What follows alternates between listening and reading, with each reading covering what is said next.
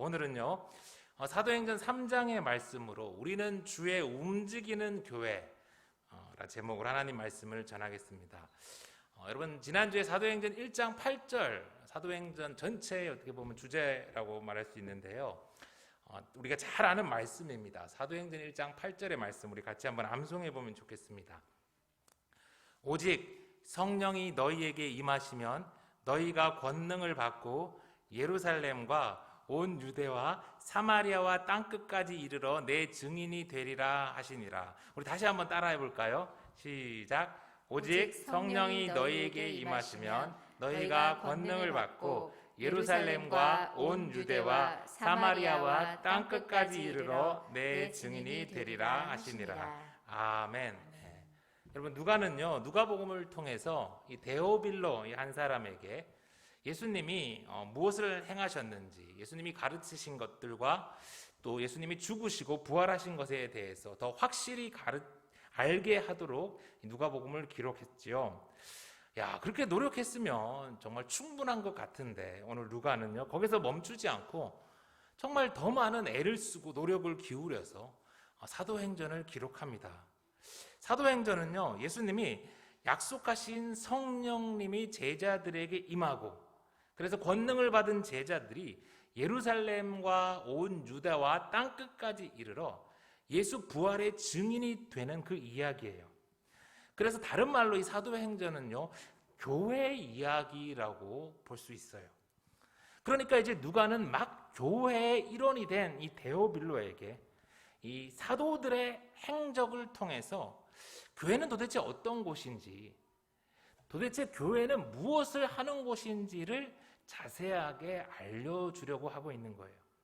그러니까 우리가 사도행전을 보시면서 사도행전에 나오는 많은 특별한 이적이나 기사 이런 것들에 이제 관심을 갖고 보는 것도 중요하겠지만, 더욱 중요한 것은 사도행전은 교회는 어떤 곳인지, 교회는 무엇을 하는 곳인지를 가르쳐 준다는 것을 알고 우리가 사도행전의 말씀을 보고 사도행전이 말하는 교회를 우리가 함께 이루어 나갔으면 좋겠어요. 오순절날 마가의 다락방에서 기도하며 기다리던 가운데 이제 제자들에게 성령님이 임하셔서 이제 교회는 시작됩니다. 그 마가의 다락방에서 교회가 생겨난 후에 제자들은 예수님의 말씀대로 처음에는 예루살렘, 그 다음에 유대, 사마리아, 땅끝까지 예수 부활의 그 기쁜 소식을 전하게 되었어요.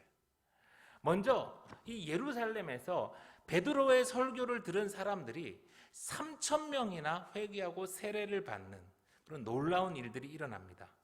성령님의 권능들이 사도들과 함께하는 그 가운데 수많은 기적과 표적으로 나타났어요. 구원받는 사람들이 날마다 더해지는 참으로 놀라운 시대였습니다.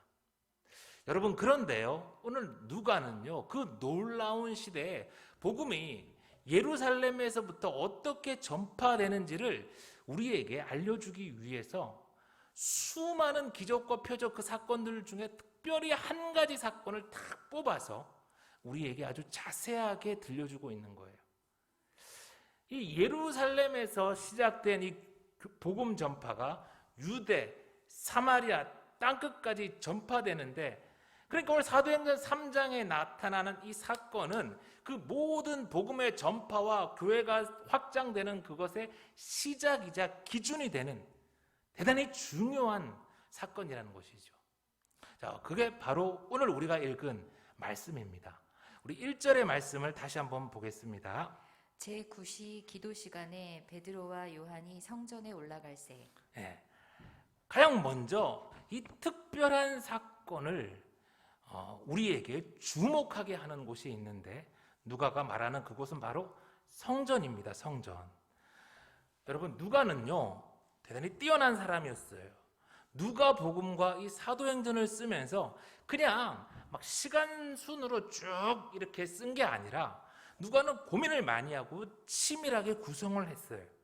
누가복음을 여러분이 읽어보시면 알겠지만 누가복음은 처음에는 갈릴리 주변에서 예수님과 제자들이 일어났던 그런 이야기를 그립니다.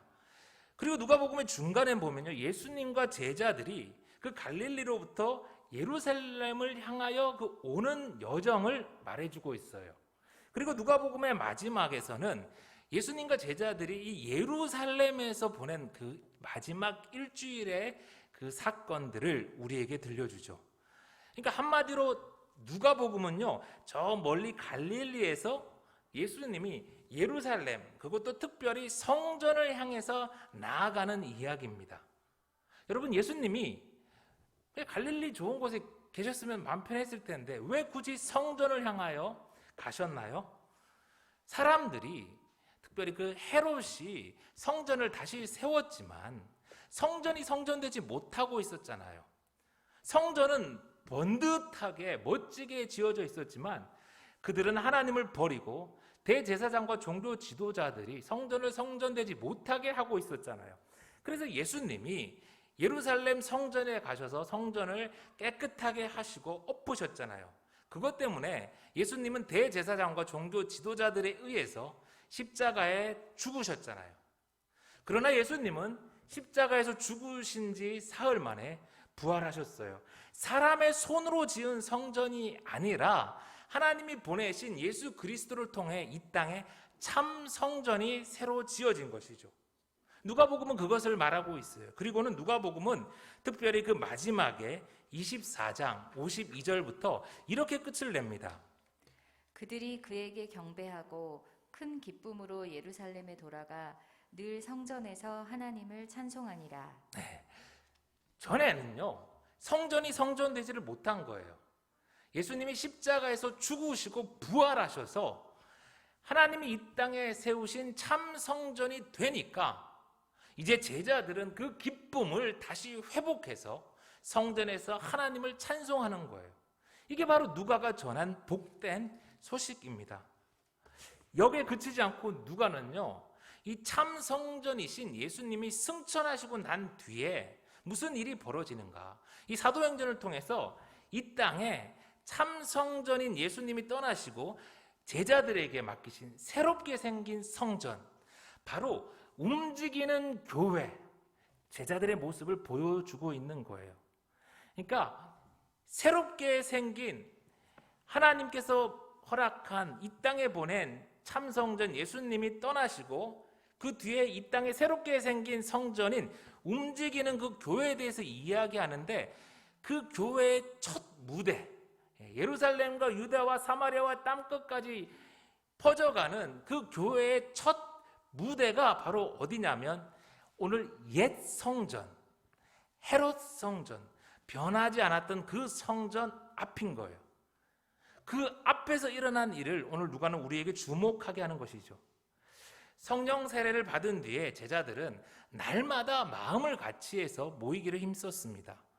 말씀을 가르치고 배우고 기도하며 또 필요한 것들이 있으면 서로 나누면서 그렇게 하나님을 찬양하며 살았어요. 제자들은 예수님의 부활을 증거하면서 하루하루 성령 충만한 교회로 살아간 거죠. 여러분은 성령 충만한 모습이 어떤 모습으로 생각하세요? 가끔 어떤 분들은 성령 충만하면 이제 뭐 방언을 하고 통변을 하고 예언을 하는 것을 성령 충만하다라고 생각을 해요. 나는 방언하니까, 나는 통변하니까 그렇지 못한 저 사람보다 내가 조금 더 영적이고 더 나은 것은 아닌가, 그렇게 스스로를 대단하다고 착각하기도 하죠. 여러분, 방언하고 통변하고 예언하고 그러면 성령 충만한 것일까요? 방언, 통변 그런 것들은요, 성령 하나님이 임재하실 때 우리에게 나타나는 하나의 현상이에요. 그리고 성령 하나님이 주시는 다양한 은사 중에 하나일 뿐이지 방언이 성령 충만의 증거는 아닙니다. 여러분, 오늘 성경은요, 성령 충만한 사람들의 모습에 대해서 우리에게 분명히 알려주고 있어요. 베드로와 요한이 지금 성령 충만해지니까 어떻게 됩니까? 그들은 더 기도하고 싶어졌어요. 성령 충만해지니까 그들은 더 말씀을 알아가고 싶어진 거예요. 말씀을 배워주고 싶은, 무엇보다도 성령 충만하니까 제자들은 복음을 전하고 싶어진 거예요. 성령 충만한 베드로와 요한이 가만히 있을 수가 없는 거예요. 오늘 때는 제 9시였습니다. 9시는 6시간을 더하면 돼요. 오후 3시. 그 당시에 경건한 유대인들이요, 하루에 3번, 아침 9시, 낮 12시, 오후 3시 이렇게 성전을 찾아가서 기도했어요. 그러니까 예루살렘 성전에 오후 3시는 많은 사람들이 모이는 그런 붐비는 때고 붐비던 장소였어요. 성령 하나님은 지금 베드로와 요한을 가장 많은 이들을 만날 수 있는 그 시간에 성전 앞으로 인도해 가신 거예요. 여러분이 지금 성령 충만한지 아는지 혹시 궁금하십니까? 여러분 삶을 한번 돌아보세요. 여러분 힘든 가운데 기도하고 싶어지나요? 기도하고 계시나요? 바쁜 가운데 여러분 말씀을 찾고 말씀을 읽고 있습니까? 마음으로부터 예수님이 나를 위해 죽으셨는데, 예수님이 나를 위해 부활하셨는데 그 기쁜 소식을 내가 주변에 전하고 싶으십니까? 나도 예수님처럼 부활할 수 있고 영생을 누릴 수 있다는 이 놀라운 소식을요. 여러분, 그렇다면 여러분은 성령 충만한 것입니다. 그런데 여러분, 한번 이 예수 부활의 기쁜 소식을 한번 전해보세요. 우리 교회 한번 와봐. 이거 말고, 우리 교회 좋은 교회, 우리 목사님 참 좋아, 한번 교회 와봐 말고, 예수님이 죽으셨다가 부활하셨어. 그리고 그것을 믿으면 나도 부활하고 영생을 누릴 수 있을 거야. 이 놀라운 진리를 한번 전해보세요. 잘 될까요? 이게 예수님이 죽으셨다가 부활하셨대, 그 지식은 전할 수 있어요. 그런데 그 지식은 전하면서도 자기도 잘 믿어지지가 않아요. 억지로 교회에서 막 전도하라니까, 내가 직분 맡았으니까 예수님이 죽으셨고 부활하셨다는 지식은 전하는데, 뭐 나도 못 믿는데 그 듣는 사람이 이걸 믿게 될까요? 성령 충만하지 않으면 결코 예수 부활의 증인이 되지 못합니다. 그러나 작은 목소리지만 오늘 여러분이 예수 부활의 증인으로 살고 있다면, 여러분이 방언을 하지 못해도, 여러분이 물질의 큰 축복을 받지 않았어도, 여러분이 저처럼 병에 걸려서 고생만 해도 여러분은 성령 충만한 겁니다. 그러니 걱정하지 마세요. 그러나 반대로 나는 방언도 하고 뭐 물질의 축복도 많이 받은 것 같은데 내가 내 삶에서 예수 부활을 증거하지 않는다면 오늘 심각하게 나는 성령 충만한 건지 성령님과 동행하며 살아가고 있는지를 고민해 보셔야 해요. 여러분, 2절의 말씀을 우리가 한번 다시 보겠습니다. 나면서 못 걷게 된 이를 사람들이 메고 오니 이는 성전에 들어가는 사람들에게 구걸하기 위하여 날마다 미문이라는 성전 문에 두는 자라. 여러분, 성전 문은요 높이가 자그마치 23m나 되었어요. 금과 은을 입힌 황동으로 이루어진 이중문이었습니다. 많은 사람들이 그 문으로 이제 성전을 드나들었는데요, 그 문이 크고 아름다워서 미문, Beautiful Gate라고 불렀어요. 그런데 그 아름다운 성전의 문 앞에서 오늘 베드로와 요한은 누군가 데려다 놓은, 날마다 구걸하고 있는, 나면서부터 못 걷게 된 한 사람을 보게 되는 것이죠. 여러분, 3절의 말씀, 그가 베드로와 요한이 성전에 들어가려 함을 보고 구걸하거늘 베드로가 요한과 더불어 주목하여 이르되 우리를 보라 하니. 여러분, 그날도요 그 사람은 성전을 드나드는 수많은 사람들을 보면서 한 푼만 달라고 그렇게 외쳤을 것입니다. 그러나 수많은 사람들이 그를 지나쳐서 성전을 들어갔다가 나갔죠. 근데 오늘 그의 외침이 오늘 성령님과 동행하는 베드로와 요한, 그들의 귀에는 들린 거예요. 이날 얼마나 많은 사람들이 이 아름다운 문을 지나갔을까요? 그런데 성령 충만하니까 오늘 이 사람의 모습이 보이는 겁니다. 이 사람의 소리가 들리는 것이지요. 여러분 다 보셨는지 모르겠어요. 지난해에 아카데미 영화제에서 무려 4개의 상을 받은 그 기생충이라는 한국 영화가 있습니다. 아직 안 보신 분들은 19금이라서 조금 좀 아이들이 보기엔 적당하지 않지만 여러분 어른들은 꼭 한번 좀 보셨으면 좋겠어요. 그 영화에 보면요, 유명 건축가가 지은 아주 멋진 집에 사는 세 가족의 모습이 나옵니다. 제가 영화를 스포할 수는 없으니까 하나만 말씀드리면, 그 집 이제 계단에 이제 전구가 이렇게 있는데 그 전구가 깜빡깜빡거리는 거예요. 다들 센서가 고장나서 그런 줄 알았는데 사실은 그 집의 지하에 몰래 숨어 살던 사람이 아내가 아주 아파서 죽어가게 되자 긴급하게 이렇게 모스 부호로 구조 신호를 보내는 거였어요. 영화는요, 한 집에 이렇게 사는 부자와 가난한 자, 그리고 그 가난한 이의 도움 없이는 살 수 없는 너무나 어려운 그런 사람의 모습을 보여줍니다. 그리고 그들이 머리에 피를 흘려가면서 구조 신호를 보내고 있다는 것을 보여줘요.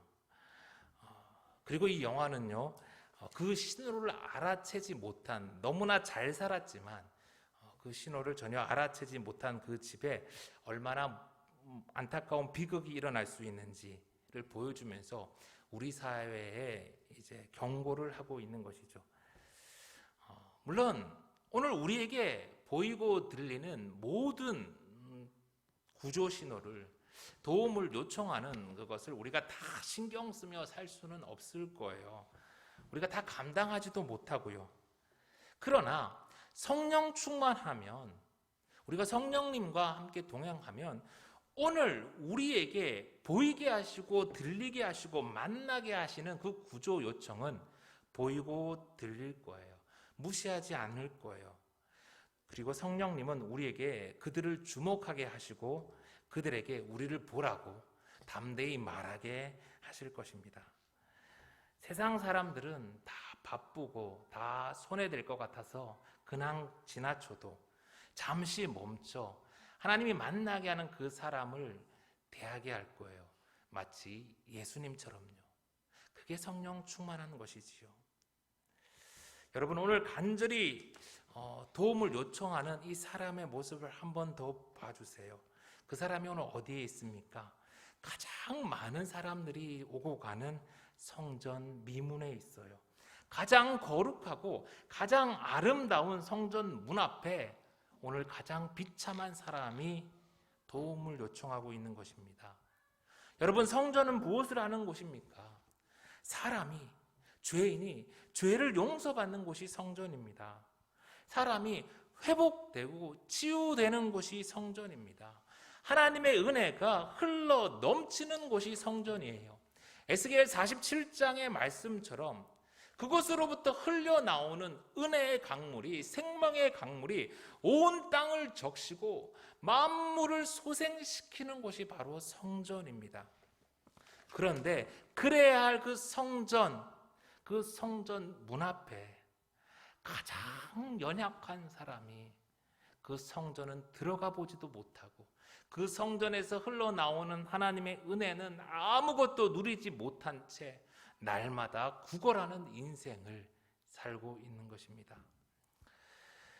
사랑하는 성도 여러분, 하나님께서 오늘 우리가 만나게 되는 이들을 예수님처럼 바라보게 하시고 그들의 소리를 듣게 하시고 그들에게 주목하게 하는 교회가 성령 충만한 교회입니다. 그것이 우리 예수 생명교회가 가야 할 모습이지요. 여러분, 계속해서 누가는요, 우리에게 성령 충만한 제자들, 성령 충만한 교회의 모습을 보여주고 있어요. 우리 5절의 말씀을 다시 한번 보겠습니다. 그가 그들에게서 무엇을 얻을까 하여 바라보거늘 베드로가 이르되 은과 금은 내게 없거니와 내게 있는 이것을 네게 주노니 나사렛 예수 그리스도의 이름으로 일어나 걸으라 하고. 아마 이 장애인은 이 베드로의 소리를 들었을 때 깜짝 놀랐을 거예요. 동전 한 입 기대했는데 전혀 예상치 못한 이런 반응에 눈이 동그랗게 이제 되었을 거예요. 야, 큰 돈을 주려나 하고 쳐다보았는데 엉뚱한 소리를 했죠. 은과 금 내게 없거니와 내게 있는 이것을 내게 주노니 예수 그리스도의 이름으로 일어나 걸어라. 사랑하는 성도 여러분, 수많은 교회가요, 그동안 예배당으로, 주차장으로, 교육관으로, 여러 프로그램으로, 여러 구제와 여러 활동으로 그렇게 전도해야 되는 줄 알았어요. 그러나 오늘 성경은요, 우리에게 분명하게 말씀하고 있습니다. 우리에게 다른 것을 바라보며 쳐다볼지라도 교회가 세상을 향하여 주어야 할 것은 은과 금이 아니라 나사렛 예수의 이름이라는 것을요. 은과 금이 없어도 우리가 줄 수 있는 나사렛 예수의 이름이 교회에 있다는 것을요.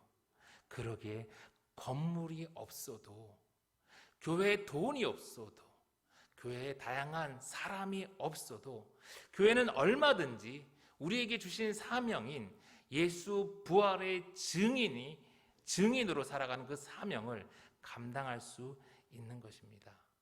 성경은 분명하게 가장 시작이 되는 그 지점에서 교회가 해야 할 최우선의 과제가 일어날 수 없는 이에게 생명의 주 예수 그리스도를 전하는 것임을 분명하게 보여주는 것이지요.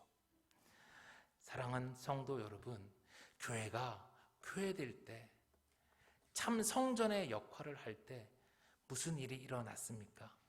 나이 40이 되도록 한 번도 일어나지 못했던 그 사람이, 평생을 성전 문 앞에서 구걸하면서 살 수밖에 없었던 그 안타까운 사람이 새 힘을 얻고 뜁니다.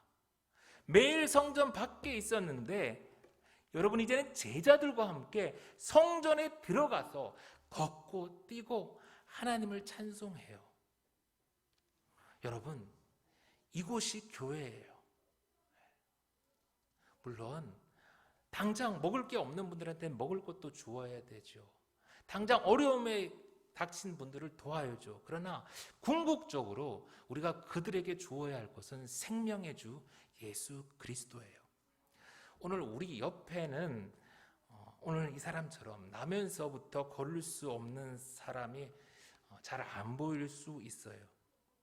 그러나 여러분, 우리 조금만 더 생각해 보면 육신의 질병은 아니더라도 아픈 사람이 얼마나 많은지 몰라요.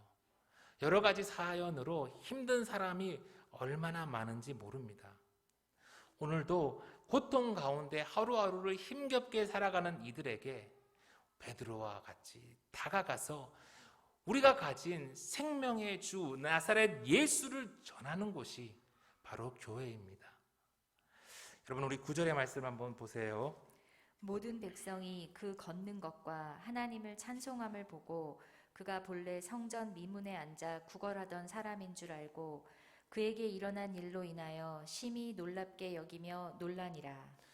여러분, 교회가 교회되면요, 힘들게 전단지 돌리지 않아도, 비싼 돈을 들여서 건물 짓고 홍보하지 않아도 저절로 사람들이 압니다. 저절로 교회가 교회되는 모습을 보고 사람들이 하나님을 찬양해요. 그러면요, 우리가 큰 예배당 세우고 주차장 잘 해놓지 않아도 우리 교회의 주인 되신 예수님이 더덩실 춤을 출 것입니다. 사랑하는 성도 여러분, 예배당이 아니라 우리가, 저와 여러분이 바로 주님의 움직이는 교회입니다. 오늘 제자들처럼 성령 충만한 가운데 기도와 말씀에, 그리고 복음 전하는데 더욱 애쓰는 저와 여러분 예수 생명교회가 되었으면 좋겠습니다. 오늘 우리가 만나게 되는 그 이들을 예수님처럼 보고, 예수님처럼 듣고, 예수님처럼 대할 수 있는 그런 교회 되었으면 좋겠습니다. 일어설 힘 하나 없는 이들에게 은과 금은 없어도 생명의 주 나사렛 예수를 전할 수 있는 그런 우리 교회가 되었으면 좋겠습니다. 여러분, 베드로와 요한 두 사람이 성령 충만하니까 예루살렘이 뒤집어졌어요. 작지만 없지만 성령 충만하면 예수 생명교회로 충분한 것입니다. 저와 여러분이 성령 충만한 교회 되기만 하면 하나님이 우리를 이 땅에 보내시고 세우신 그 사명을 능히 감당할 것입니다. 오늘 주신 말씀대로 이 놀라운 은혜의 모습이 저와 여러분의 삶 가운데서도 계속해서 일어나기를 간절히 소망합니다.